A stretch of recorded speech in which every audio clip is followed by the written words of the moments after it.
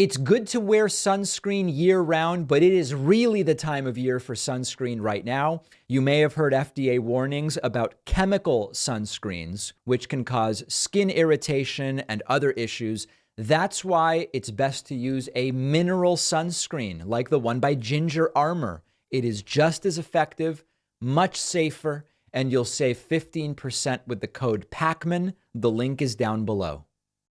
Hey everyone, welcome to the David Pakman Show. I'm producer Pat Ford filling in for David today as he is traveling in California. We're going to have guest hosts for the remainder of the week.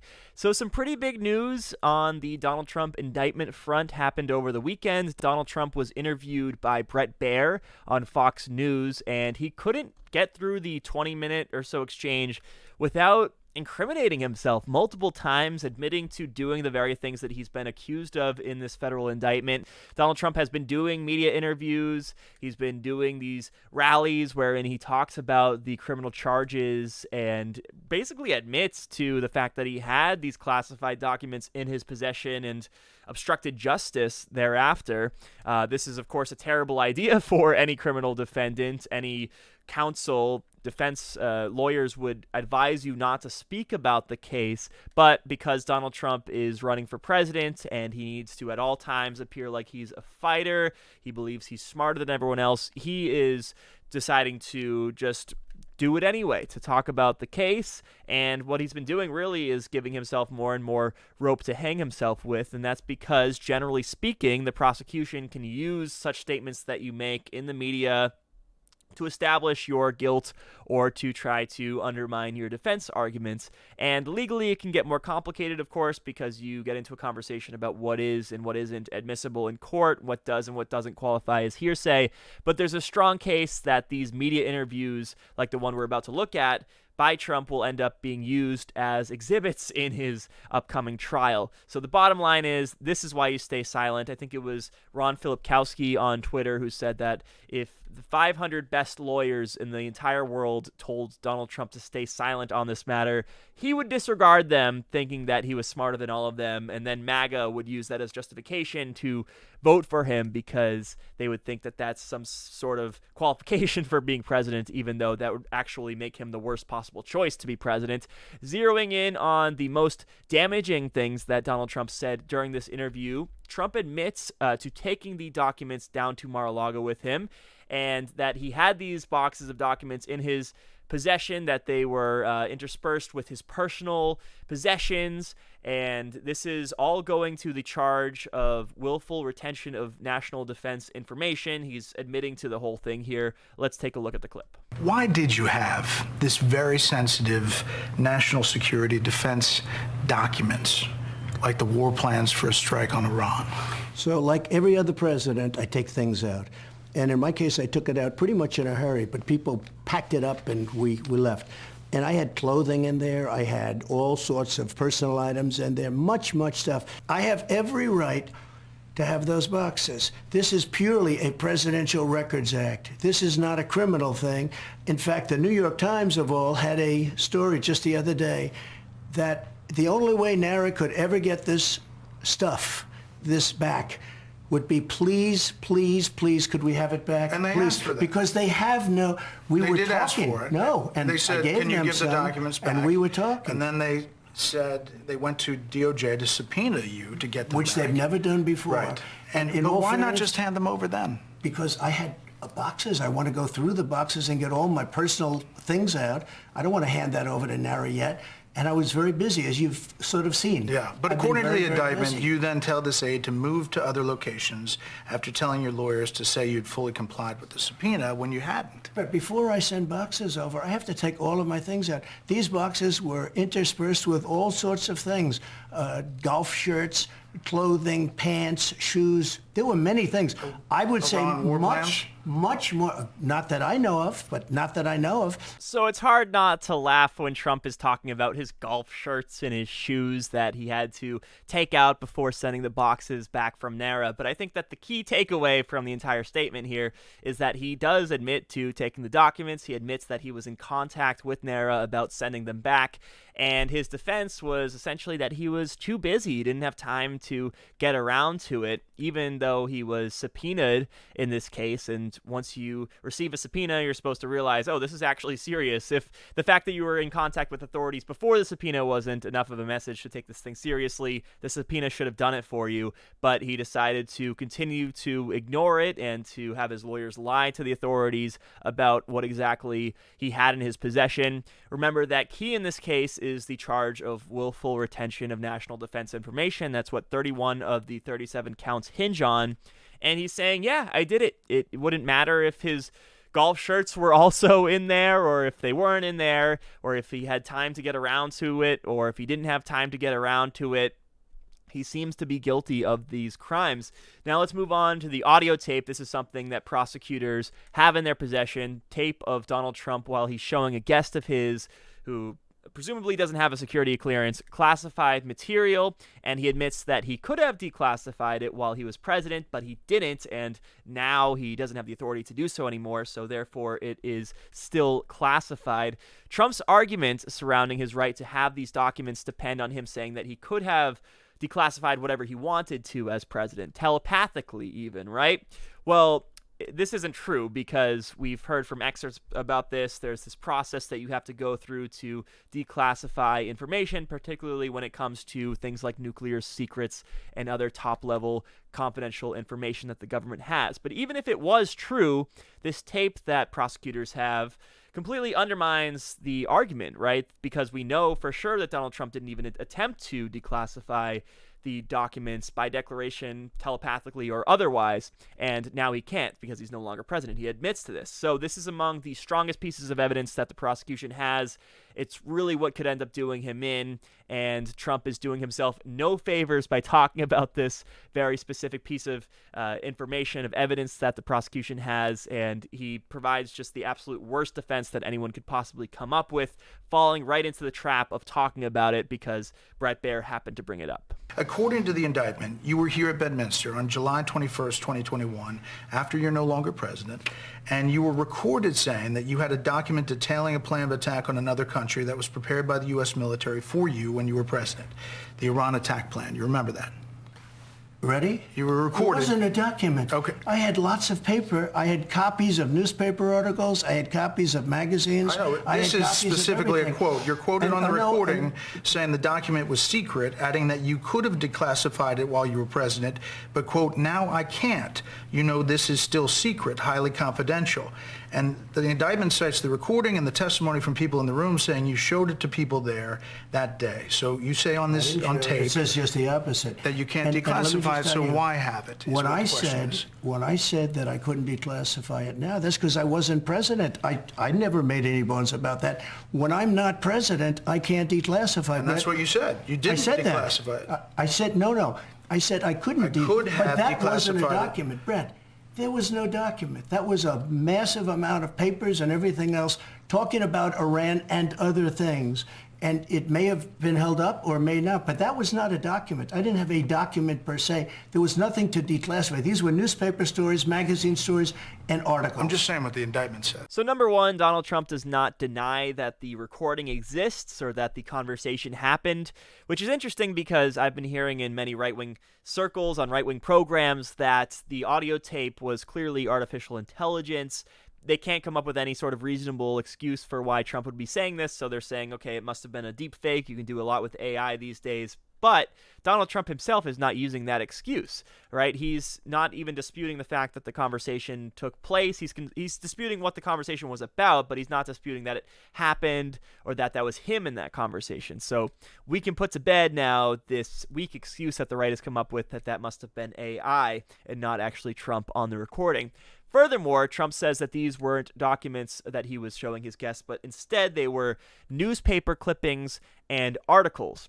And I don't know how Brett Baer didn't pick up on this in real time, but this is a totally nonsensical statement, right? How could newspaper clippings and articles be considered government classified documents? By their very definition, newspaper clippings and articles are meant for public consumption, whereas government secrets are kept as these private documents. And Donald Trump says on the tape, it's classified. I'm not supposed to be showing you this.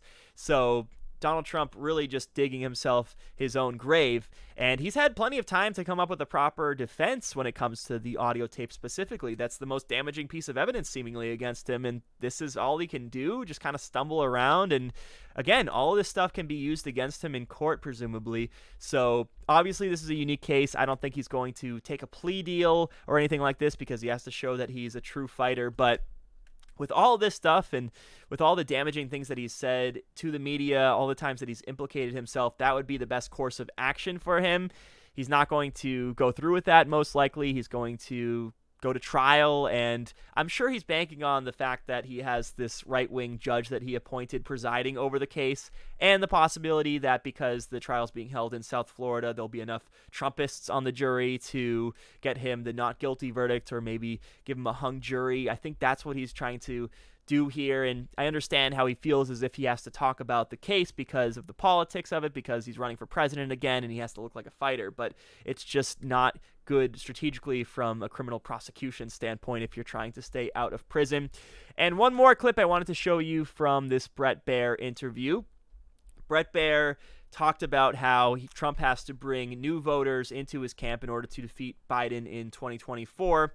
And so Bret Baier asked the question, if you're speaking one-on-one to an independent voter, how are you going to convince them to vote for you in 2024 if they didn't vote for you in 2020?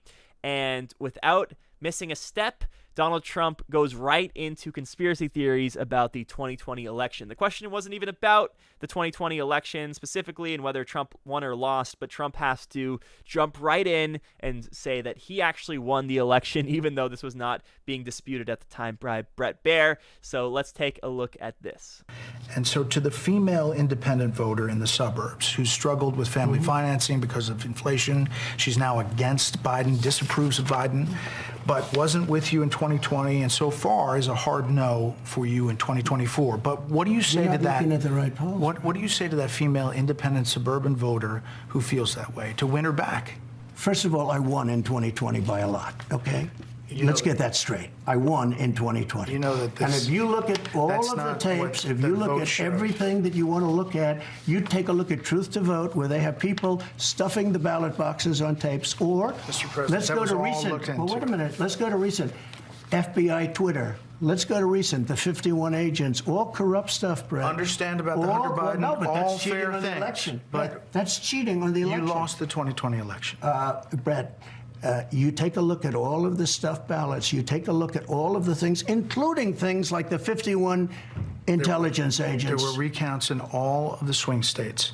There was not significant widespread We're trying fraud. to get recounts, real recounts, There were not just numbers of votes widespread cast. corruption. There was not a sense of that. There were lawsuits, more than 50 of them, by your lawyers, some in front of judges that you appointed. Look at Wisconsin. That came out with no evidence. Wisconsin has practically admitted it was rigged. Other states are doing the same right now, and it's continuing. There have on. been It was reviews a of rigged every election. potential case of voter fraud in 6 battleground states, and they found fewer than 475 cases. You know why? that Because were they not didn't affected. look at the right things. Okay, Brett. are you going they to were be counting? They were counting ballots, not the authenticity of the ballot. The ballots were fake ballots. You had this was a very rigged Are election. you going to go? This is how you're going to tell that independent suburban woman voter No, to vote for we're you? off to winning an election, and I think we're winning very well. I got a poll just recently. I have it here. No, I know. Okay, so it's not even worth going through Donald Trump's claims there one by one. We've done that ad nauseum over the years, and Bret Baier does a decent job at fact-checking him in real time. But I thought that Baier especially did well at the end there by emphasizing the fact that his question was about how do you win over an undecided female independent voter who didn't vote for you in 2020. And your response has been to complain about voter fraud, even though the public is tired of hearing about this issue. It's not a winning issue for you. It's not a voting issue for people, independents especially. It's not policy. You're not being convincing when you talk about this. It's uninspiring. And then Trump tries to course correct, but instead of doing it in the standard way of talking about, the normal policy issues, the economy, the border, guns, even culture war stuff, if you want to get into it, instead he diverts into talking about how he's winning in all the polls. So people should vote for him because he's winning. Like, how does this add up? How does this follow logically? So Trump's appeal to the independent voter who didn't vote for him in 2020 is, number one, the election was rigged in 2020 and it was unfairly stolen for me. Therefore, I deserve another term. And number two, I'm winning in the polls already, so you should vote for me because I'm winning. So I got to say, this guy doesn't look like his normal self. He seems a little bit rattled. I'm sure he's worried about the possibility of serving time in prison. I'm sure he's worried about the possibility of not winning an election again because it devastated him so much the last time that happened. Maybe I'm looking too much into the body language. Maybe I'm looking too much into the facial expressions. But to me, this seems like a very concerned man who doesn't have the poise and the confidence that he normally does. That's Donald Trump for you right now. Not feeling his best, I gotta say, and not getting the best end of this exchange with Bret Baier. All right, we're going to go to a break now. We'll be back with much more of the David Pakman Show on the other side. It is springtime. It's getting warm. We are all spending more time outside. Many sunscreens contain elements that the FDA has warned about: oxybenzone, avobenzone, homosalate, and others. These are absorbed into your bloodstream. They can irritate sensitive skin. They can be hormone disruptors. I just stay away from them, and I use mineral sunscreens. I do the same when I put sunscreen on my baby daughter. And our sponsor, Ginger Armor, makes the world's thinnest 100% mineral sunscreen. It works for all skin types, not just gingers, as the name might suggest. It rubs in clear on all skin tones, feels like nothing is on, with SPF 50 plus protection. Ginger Armor also acts as a plant-based moisturizer with 21 simple, gentle ingredients from plants and minerals. It's good for you. It's good for the planet. It's more affordable than other sunscreens with similar quality ingredients. I also love that it's a small business made in the US, and they donate 1% of all sales to the 1% for the Planet charity. Go to gingerarmor.com, use code PAKMAN for 15% off. The link is down below. Welcome back to the David Pakman Show. I'm producer Pat Ford, filling in for David today while he's away. Some pretty big news broke yesterday, which is that Hunter Biden, the son of President Joe Biden, has reached a tentative agreement with federal prosecutors to plead guilty to 2 minor tax charges and to admit to the facts of a gun charge. The plea deal will likely keep Hunter Biden out of jail, and it's subject to approval by a federal judge, which is likely going to happen. The proposed deal includes pleading guilty to 2 misdemeanor tax charges for failure to pay taxes in 2017 and 2018, with a combined liability of approximately $1.2 million. Prosecutors are going to recommend probation for the tax charges, and then the gun charge is going to be handled as a diversion case where Hunter will be able to technically not have to plead guilty to the crime, and he'll be able to do so if he successfully meets the measures outlined in the diversion program. The gun charge will ultimately likely be removed from his record. So Hunter Biden's gun charge stems from a false statement that he made on paperwork while he was purchasing a gun. He denied drug use or having a drug problem when in fact that wasn't true. Lying on gun purchase forms is only a small percentage of firearm-related prosecutions, and typically it's tacked on as a secondary offense, and that seems to be what happened here. Hunter Biden's lawyer stated that he takes responsibility for the tax mistakes made during a period of turmoil and addiction in his life. The full statement from his lawyer, Chris Clark, was, quote, "Hunter will take responsibility for 2 instances of failure to file tax payments when due. A firearm charge, which will be subject to a pre-trial diversion agreement and will not be the subject of the plea agreement, will also be filed by the government. I know Hunter believes it is important to take responsibility for these mistakes he made during a period of turmoil and addiction in his life. He looks forward to continuing his recovery and moving forward." The White House, for its part, has expressed support for Hunter Biden, stating that the president and the first lady love their son and support his efforts to rebuild his life. So I hear all of this information, and I think that, all right, it looks like justice has been served. Hunter Biden clearly did some stuff wrong, and he appears to have committed some crimes here. He didn't pay taxes that he owed to the federal government. That effectively is stealing from the rest of us, and so he should have to pay his fair share just like anybody else. He did lie while going through the process of obtaining a weapon, and you can't say that you're not using drugs when going through that process when you actually are at the time. You may disagree about whether that should be illegal or not, but the law says that it is currently, and so sure, he should be held accountable for it. And I think that the correct agreement was ultimately reached here. He takes the plea deal, he gets a slap on the wrist. With the probation, he doesn't have to go to jail or anything like that. It doesn't seem to me like these amount to jail-worthy crimes anyway. We can end it now, right? This is really not all that hard. And I don't look at this case and think, oh, I have to defend Hunter Biden at all costs. I really don't care about Hunter Biden, right? I apply the same standard when it comes to anyone facing criminal charges, right? Whether it's Trump, whether it's Biden, Hillary, whoever. If there's something to investigate, you should investigate. If there's something to charge, then you should charge. If it can be proven in court, then go ahead and prove it. And ultimately, if a sentence is warranted, whether that be sending someone to prison or otherwise, then sentence them appropriately.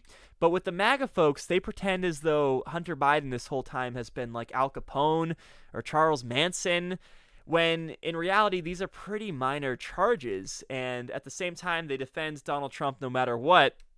When he's accused of keeping the nation's top secrets in his bathroom at Mar-a-Lago that anyone can just stumble upon if they knew their way around the resort, and he, of course, refused to give the documents back after months and months of the National Archives asking. And that's just one of the multiple criminal investigations and now criminal prosecutions that Donald Trump is dealing with. Also relevant to this is the fact that Donald Trump was actually president and wants to be president again, whereas Hunter Biden, I hate to break it to you, but he's actually not the president. He just so happens to be related to the current president. He is the son of the president, but that doesn't mean that he is the president. He doesn't even work in his father's administration. We've, of course, discussed this ad nauseum, but I suppose the question now is, how is the Republican Party going to react to the news of Hunter Biden taking this plea deal? Because they can do a couple of things, right? They can either act triumphant and say, look, he's technically pleaded guilty, so it proves that the Biden crime family narrative we've been pushing this entire time is true. It shows how Joe Biden, by extension, is unfit to be president or something like that. Or on the other hand, they could take the approach of saying, look how the prosecutors in this case treated Hunter Biden with kid gloves and they let him go free, not sending him to jail, even though this is a very standard plea deal and Trump has had plenty of opportunities to cooperate with investigators and it will probably be offered plea deals as well. I just don't think he's going to take them. So in reality, the right-wing media is probably going to do a mix of both when talking about this Hunter story, depending on whatever serves them best at the time, but I do believe ultimately this is the best outcome for this case. Bill Barr, Donald Trump's former attorney general, continues to attack his former boss.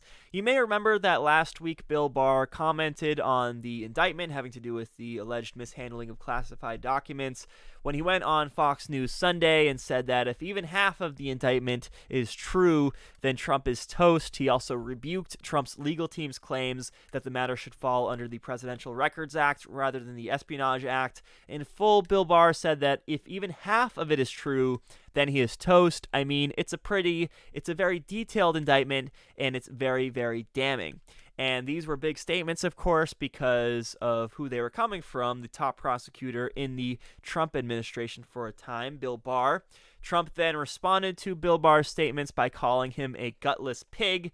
Well, fast forward to this past weekend, when Bill Barr was on Face the Nation on CBS, and Barr is actually stepping up the criticism. He's not backing down. He's now calling Trump a consummate narcissist who will put his own interests, his own ego, above everything else. He also called Trump a defiant 9-year-old kid and a fundamentally flawed person who engages in reckless conduct. So there's a couple of clips I want to play for you from this interview. The first has to do with the legal arguments. Barr decimates the idea that Trump had the right to take the records under the Presidential Records Act and could simply unilaterally disclassify them without going through a process. Telepathically or otherwise, Bill Barr says that he had absolutely no right to do that, and he had no right to possess the documents. The legal theory by which he gets to take battle plans and sensitive national security information as his personal papers is absurd. It's just as wacky as the legal doctrine they came up with for, having the vice president unilaterally determine who won the election. The whole purpose of the statute, the Presidential Records Act, was to stop presidents from taking official documents out of the White House. It was passed after Watergate. That's the whole purpose of it. And therefore, it restricted what a president can take. It says it's purely private, that had nothing to do with the deliberations of government policy. Obviously, these documents are not purely private. It's obvious. And they're not even now arguing that it's purely private. What they're saying is the president just has sweeping discretion to say they are, even though they squarely don't fall within the definition. It's an absurd argument. So Barr says it. The Presidential Records Act was meant to restrict the rights of presidents, not to grant them immunity or give them more power. And it's not even relevant to this case because this has to do with national secrets, not just Trump's daily diary or anything innocuous. So it's not something that would fall under the Presidential Records Act. This falls under the Espionage Act. And then we get into the fun part. This is when Bill Barr talks about the possibility of Trump becoming the nominee and becoming president again, and the impact that that would have on the country. Let's take a look at this. Trump has many good qualities, and he accomplished some good things. But the fact of the matter is, he is a consummate narcissist, and he constantly engages in reckless conduct that puts his political followers at risk and the conservative and Republican agenda at risk. Would he put the country at risk if he was in the White House again? He will always put his own interests and gratifying his own ego ahead of everything else, including the country's interests. There's no question about it. This is a perfect example of that. He's like a defiant 9-year-old kid who's always pushing the glass toward the edge of the table, defying his parents to stop him from doing it. It's a means of self-assertion and exerting his dominance over other people. And he's a very petty individual who will always put his interests ahead of the country's, his personal gratification of his ego. But our country can't be a therapy session for, a troubled man like this. Blistering words there from Bill Barr, but let's put it all into perspective. Barr was also critical of Donald Trump when it came to January 6th and the allegations of voter fraud in the 2020 election. He famously would not go along with the plan to try to overturn the election results, and he resigned a few weeks before the end of the Trump administration. But then he was asked if he'd vote for Trump over a Democrat, and he actually said yes, that the threat of Donald Trump is not greater than the threat of a progressive being put into power. So Barr believes that Trump is like a 9-year-old child. He believes that he's a consummate narcissist. He believes that he's someone who puts his own interests in front of the country, someone who is wrong on the law, wrong on the morals, someone who is presumably guilty of crimes, and yet Barr thinks that that guy is a better vote than boring old Joe Biden or someone else who is in the Democratic Party because of, socialism or inflation or something like that. So I believe it's useful to bring up Bill Barr's statements when arguing these issues, specifically with Trump supporters, because if you're in a discussion about classified documents and you can effectively bring up someone who worked in the Trump administration to rebuke Trump's own talking points, I think that can actually maybe get you somewhere, right? Because this is someone who actually was an ally of Trump who is just not willing to stand with him when it comes to this very issue. But that doesn't mean that we're rehabilitating William Barr here. It doesn't mean that we can point to him as someone who is morally upstanding and right about other things. It's really just like the same analysis that we have when it comes to George W. Bush, because Bush from time to time will criticize Donald Trump, and we acknowledge that Bush is capable of making coherent points when it comes to the damage that Donald Trump is doing to the country, while not overlooking the damage that George W. Bush did to the country when it comes to the needless wars, when it comes to the war criminality, and everything else that he did during his 8 years. So that's Bill Barr for you. Absolutely, he's no hero or anything like that, but he is someone that maybe you can bring up when it comes to this conversation about mishandling of classified documents, the fact that even Trump's own former AG is not standing by him when it comes to this issue. Let's go to a break, and we'll be back with much more of the David Pakman Show right after this. With Donald Trump getting federally indicted, there have been a number of people coming out of the woodwork to make the case that the best thing for the country right now would be for President Joe Biden to step in and pardon Donald Trump for the crimes that he's accused of. The arguments tend to center around this idea of healing the country or assuring people that the Department of Justice and law enforcement in this country apply the law equally and they're not operating in any sort of political fashion.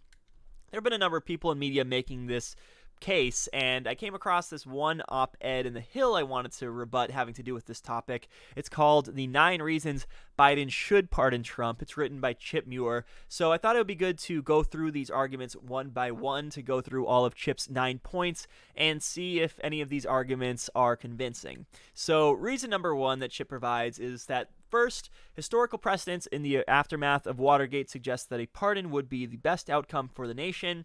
On August 9th, 1974, President Nixon resigned the presidency in the wake of Watergate.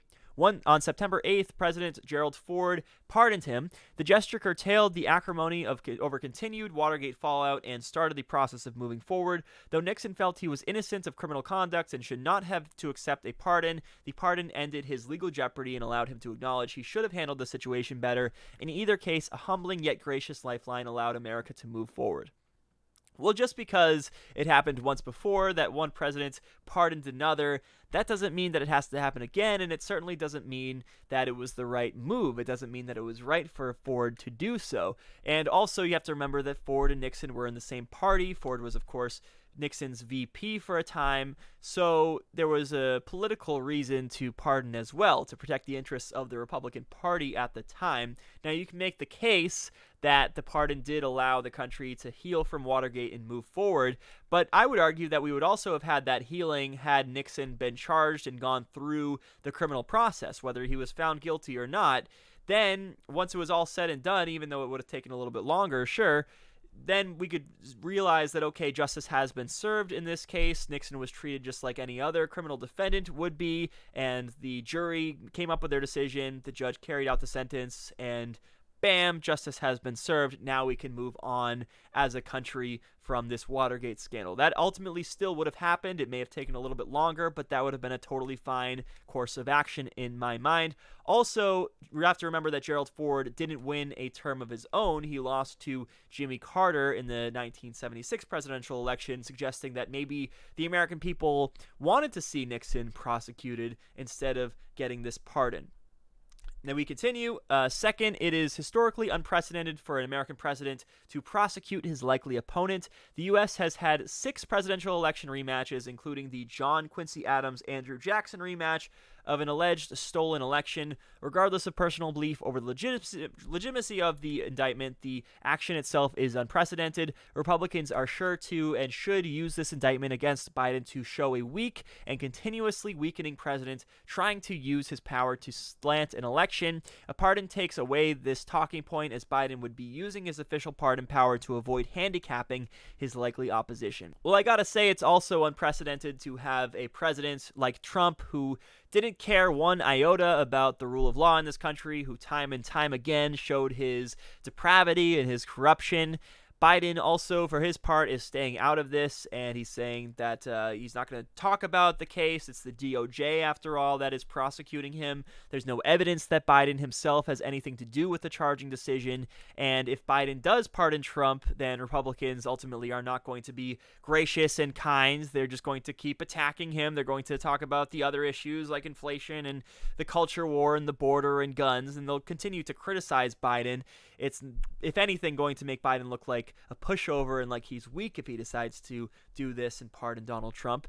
We continue. Third, Biden would appear magnanimous. As a candidate, the Biden camp tried to paint him as looking presidential and restoring norms.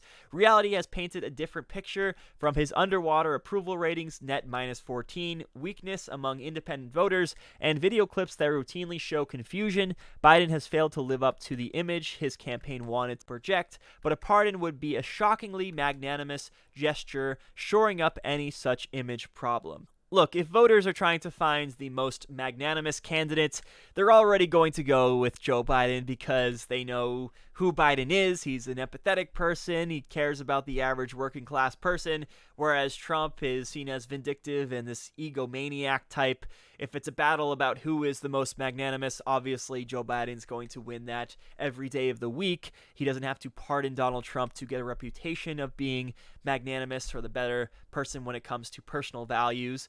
Fourth, Biden has his own classified documents problem. He's had documents in his University of Pennsylvania office and classified documents in his garage near his Corvette. Offering a pardon minimizes the accusations of double standards at play. This is a false equivalence. There is a world of difference when it comes to the types of records that both presidents had in their possession, the amount of documents and how serious they were, the level of classification that they had, and more importantly, Joe Biden cooperated. His lawyers turned over the documents and questioned immediately, no questions asked, whereas Donald Trump lied to the authorities repeatedly and refused to hand them back even when faced with a subpoena. Fifth, Americans are rightfully concerned about the overreach of federal agencies in political matters.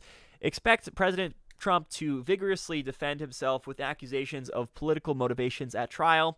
While it may or may not help at trial, it will work as a political tactic with the electorate. By this logic, Barack Obama should have pardoned Hillary Clinton, and Donald Trump should have pardoned Democrats like Hunter Biden who were embroiled in scandal. Just pardon anyone that's being investigated is apparently the point that's being made here. So it doesn't look like federal agencies are interfering too much in our politics. What would actually happen if this was the case would be that we would create this sentiment where our elites are completely above the law. We already have that sentiment here in this country. You would exacerbate that, and you would make it clear that there's a two-tiered system of justice in this country, one for the elites who are getting pardons left and right, and one for regular folks who have to go through the criminal process and maybe found convicted and sent to jail without the possibility of getting pardoned themselves because they're nobodies after all. Sixth, in the art of the deal, Trump discussed the antitrust suit his USFL brought against the NFL and specifically mentioned how important it was that the NFL on a daily basis gave interviews to win in the court of public opinion. President Trump will use every day in the run-up to trial and at trial to rail against the corruption of Biden and his DOJ and FBI by offering a pardon and not providing Trump with the spotlight of a trial. President Biden would take away Trump's ability to demonstrate how unfairly, without precedent, he has been treated. By offering a pardon, President Biden would take away Trump's most significant campaign opportunity, his trial. I got to tell you, Trump is going to be able to capture the media's attention no matter what, no matter if this trial is taking place or not. He's going to be able to use all of this stuff to his political advantage when it comes to his base, at least, no matter what, even if this case is dropped, because you got to remember he's also going to have other trials to concern himself with, including trials that are outside the purview of President Joe Biden, like the one out of New York, for example, and the one out of Georgia that's likely going to come in the next few weeks. So even if Biden was to do this, for the sake of not making the trial a focal point in the election, well, Trump could just talk about the other trials that he's dealing with, and you're not going to accomplish getting this out of the campaign focus just by pardoning Donald Trump is the point.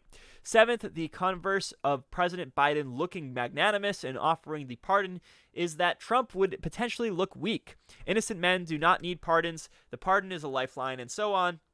And it's the same concern that Nixon expressed during his month of purgatory after resigning. The pardon would make him look guilty when he wanted public exoneration. Accepting a pardon would be the logical and rational decision for Trump, but Democrats can spin it to say that Trump needed Biden's generous pardon to avoid a certain conviction and imprisonment. Now, this one, of course, is just silly because we know that if Biden pardons Trump, then Trump would just turn around and make the argument that, look, the Biden administration had this flimsy case against me. They knew that I was going to beat the charges so strongly in court that they had no choice but to pardon me. And his supporters will eat that up. They're not going to think that Trump is somehow weak and presumably guilty because he accepted a pardon. That's just not how Trump and his supporters operate. Also, Chip writes about how innocent men don't need pardons. Well, innocent men also aren't convicted of crimes, at least not typically. Of course, there are some cases where that happens, but generally speaking, innocent men aren't convicted of crimes. So if you want to paint Trump as a criminal, and that's, I suppose, the strategy for going forward politically, just let the process play out because it looks like this is a rock-solid case against him, and Trump is likely going to end up convicted here. Eighth, Trump might moot the issue by declining the pardon. Trump is a fighter. He will want to vindicate himself in both the court of law and the court of public opinion. He might see a pardon as denying him that opportunity, making it very difficult for him to accept the pardon. By offering the pardon, knowing full well that it might not be accepted by Trump, Biden puts Trump in the difficult position of either losing his chance at public vindication due to the generosity of his opponent, or risking a trial and conviction after a way out had been offered. In this sense, offering a pardon is a no-risk proposition for Biden. We're really grasping at straws at this point. Trump is potentially going to spend the rest of his life in prison over these charges. There's a real possibility of that at the very least, even if you think it's unlikely because he's a former president. These are serious charges, and there's going to likely be some consequences for them. He's terrified of that. He wouldn't reject the pardon because he knows that there's a serious possibility of him ending up in jail. Rejecting the pardon would make no sense politically because he could just, like I said, use this to his advantage and say that he was pardoned because of the flimsy case against him.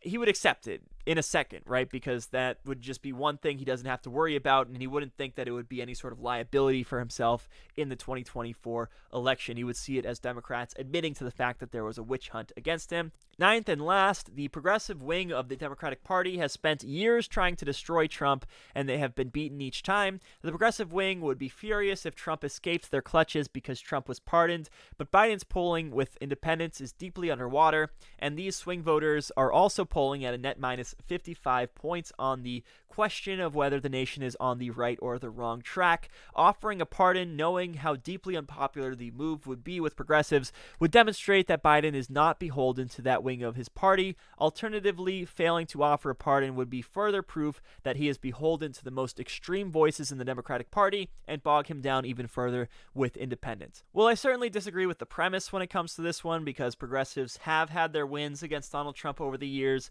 from the 2 impeachments to defeating him at the ballot box in 2020 to taking the House in 2018 and the Senate in 2020 and then fighting off the red wave in 2022.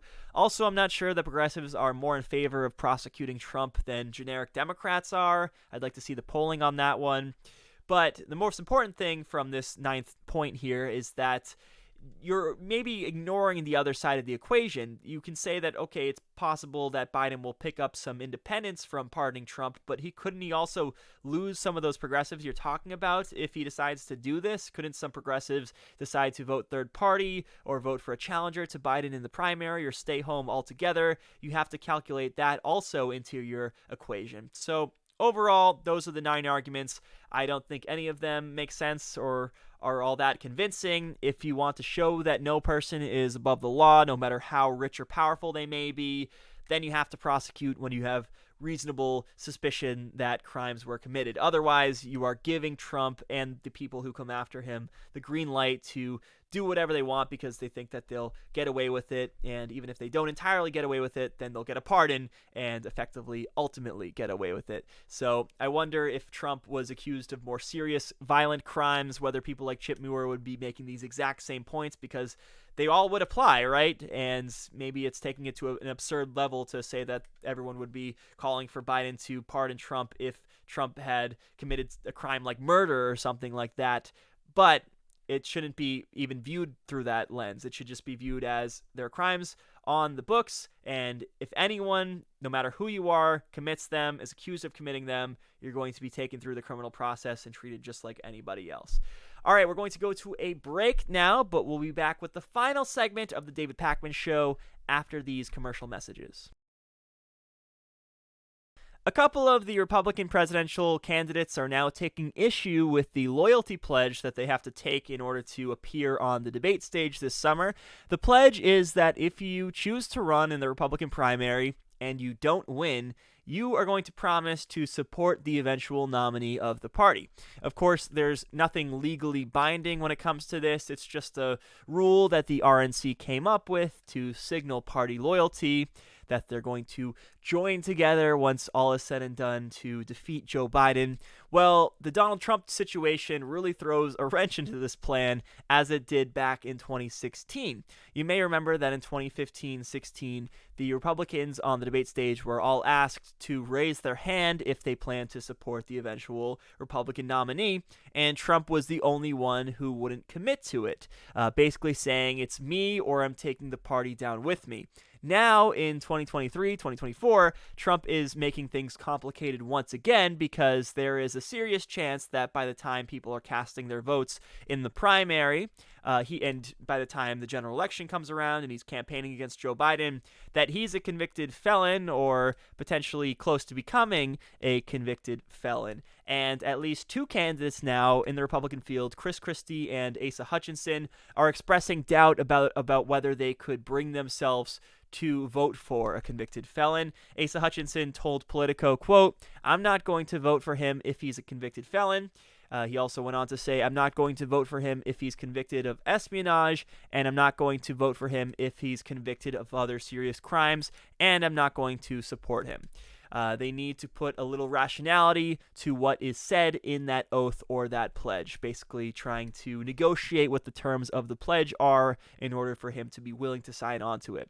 This led to a meeting between the Hutchinson campaign and the RNC, and the RNC made clear that they were not going to make any adjustments to their pledge, and it's going to stand as is. So Asa Hutchinson, who is currently not polling very well, he's lucky to show up at 1% in the polling, apparently not having the pull on the RNC that he would have hoped for. But he is not alone in calling for the pledge to be amended, for the language to be changed. Chris Christie, the former New Jersey governor, is also expressing doubts about signing the pledge. He said, quote, "I think the pledge is just a useless idea, Jake. And by the way, in all my life, we never had to have Republican primary candidates take a pledge. You know, we were Republicans, and the idea is you'd support the Republican whether you won or whether you lost. You didn't have to ask somebody to sign something." So I understand how Hutchinson and Christie are trying to get attention with statements like this. I understand how this is giving them the media access that they need right now to draw attention to their campaigns. But this doesn't seem to be a winning strategy to me. In fact, this seems to be like an unforced error, because you're now giving the RNC a reason to disqualify you from the debates. I mean, Asa himself is saying that he may not sign it altogether. Chris Christie is saying that he may not sign it in earnest.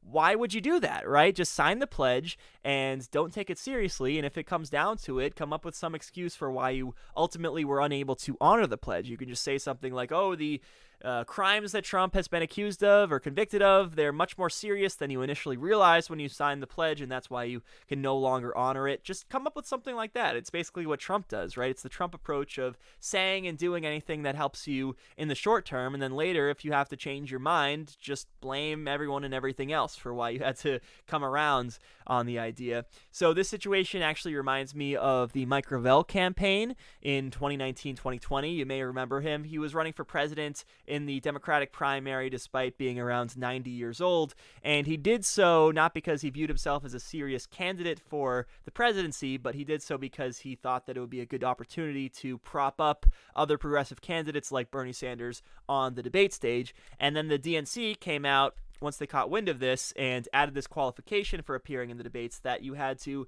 in addition to hitting the polling and fundraising metrics, also had to be, quote, running to win, to basically get rid of the possibility of a sham candidate appearing on the debate stage. So it really was a death knell to Mike Gravel's campaign. It stopped all the momentum that he had once the DNC came out with this qualification. In the same way, Chris Christie and Asa Hutchinson are coming up with ways to be disqualified themselves when not being in the debates would also be death knells for their campaigns. So for his part, Asa Hutchinson, he says that pledges mean a lot to him, and he seems genuine when he says that. He doesn't want to sacrifice the integrity of his word by signing on to something that he doesn't intend to follow through with. Okay, we can at least give him some credit because he's operating on principle here, but this is the wrong approach if you want to win, right? You have to be more cutthroat than that if you're going to win, especially when it comes to Republican Party politics in the year 2023, and it's just one more reason why Asa Hutchinson and Chris Christie probably don't have a serious shot at winning this thing.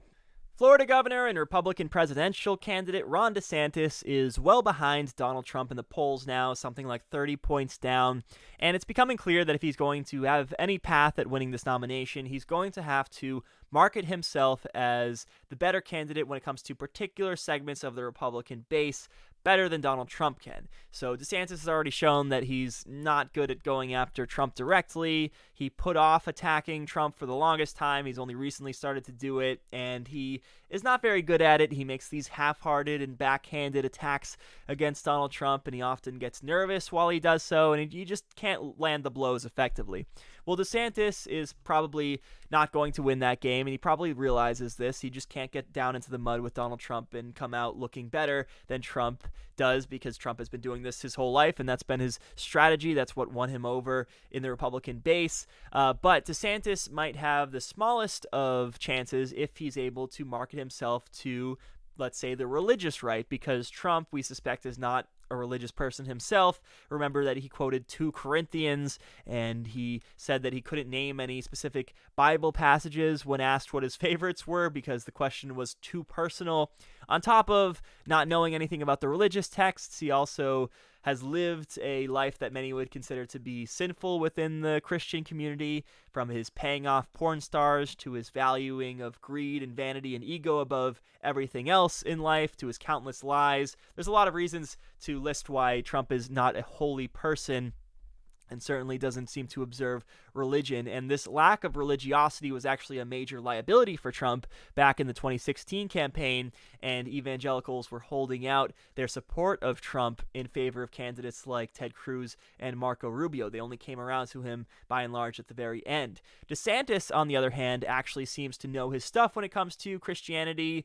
He can cite Christian stories and passages. He's Roman Catholic, which may not be the most suitable for some Protestants and specifically evangelicals in the country, but he at least can come across as a holier man than Donald Trump is if this is the approach that he wants to take and if this is what he thinks will give him the best shot at winning the election. Well, DeSantis sat down for an interview on the Christian Broadcasting Network, and he posed the question, what if I could have been there with Jesus's disciples? How cool would that have been? Listen to Ron DeSantis thinking about this possibility. If only he could have been at the table with Jesus at the Last Supper and then carried his message forward to try to convince people of Christianity. Let's take a look at the clip. Could I have been there with Jesus's disciples? I mean, these are people who, Peter's just fishing one day, and all of a sudden, this guy comes up to him, catches all the fish, and says, you're going to be fisher. I want you to be a fisher of men. Come with me. And so these guys all went out, and they dedicated their life to spreading the gospel, and they all were killed for, they tried to kill John. John ended up, being able to survive, but I mean, the intent was to put him to death too. And, to talk about what that was like. Talk about what their impressions are. What of that? I look back at that and would love to have been able to be there with them. So to his credit, Ron DeSantis actually sounds somewhat knowledgeable about this. He sounds like he knows the scripture. He's chatting up a storm about Peter fishing and how many of the disciples were killed, but John was able to survive. Of course, the analysis comes with delusions of grandeur, right? Because he thinks that he would fit in with Peter and Matthew and John. I guess it would be Peter and Matthew and John and Ron if he had it his way. And he's acting like he'd be brave enough to be one of those disciples and put his life at risk in order to carry out Jesus' message. But it's a hypothetical, and he's talking about how great it would be to live in antiquity and risk being put to death in some horrible way. But the broader point is that maybe this can help him ultimately win some votes with the religious folks who think that, oh yeah, Ron DeSantis could have been a disciple of Jesus. He's just that holy of a guy. But now I want to get to Mehdi Hasan, who responded to DeSantis in hilarious fashion after he saw this clip. Check this out, because Mehdi really hits the nail on the head and articulates why this is just absolutely hilarious, much, much better than I can. Let's take a look at Mehdi's take. Now, Eamon, put aside the sheer arrogance of a Republican politician in 2023 suggesting he could be a disciple of the Lord, but just imagine for a second if alongside Peter, John, James and co, there had been a Ron who every time Jesus helped the poor and used loaves of bread and fish to feed the hungry, Ron was like, you're too woke, Jesus, you're too woke. Let them pull themselves up by their own bootstraps. Every time Jesus said, I don't know, we should embrace refugees and migrants, Ron was like, Stop all the wokeness, Jesus. Send them to Martha's Vineyard. The Holy Land is where woke goes to die. I mean, Eamon, the truth is that the Jesus of the Gospels and his disciples were way too left-wing for Ronald DeSantis. So Mehdi Hassan pointing out there how Republican politics really don't align whatsoever with the teachings of Jesus, and also making fun of how Ron DeSantis manages to bring every single issue back to wokeism, no matter how far removed it may be. Mehdi's guest in this interview goes on to make another salient point, which is that if there's an analogy to be drawn here between the disciples and DeSantis, the analogy is to paint Donald Trump actually as the Jesus figure, believe it or not, and to portray DeSantis as Judas, the disciple who betrayed Jesus and turned him into the authorities in exchange for 30 pieces of silver. And that's because Trump did help DeSantis get elected. The degree to which Trump was useful is debated, but Trump did support DeSantis early on, and DeSantis had these fawning campaign ads showing how he was raising his children to be pro-MAGA. Now, because DeSantis is seeking higher office, he's turned against Donald Trump, and he wants to be the leader himself. So he's effectively turned Trump in for that 30 pieces of silver, just like Judas did to Jesus. Now, I don't actually think it's logical to compare Trump to Jesus even for a second, right? But I'm just saying if there's an analogy to be drawn here between DeSantis and the disciples, that's the one to make. So that's Ron DeSantis for you, mixing in some religion with his campaign. We'll see if it does him any good, or if evangelicals will continue to live with the cognitive dissonance that they've been living with for years and years, supporting Donald Trump despite the fact that he is a very sinful and ungodly person. Maybe Ron DeSantis has some shot if he decides to go this route.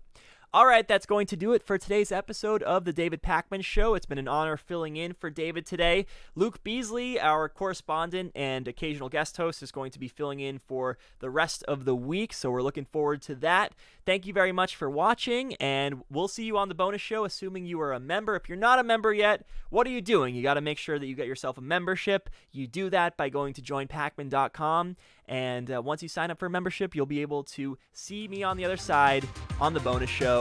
Looking forward to it. Have a great day, everybody, and we'll see you next time.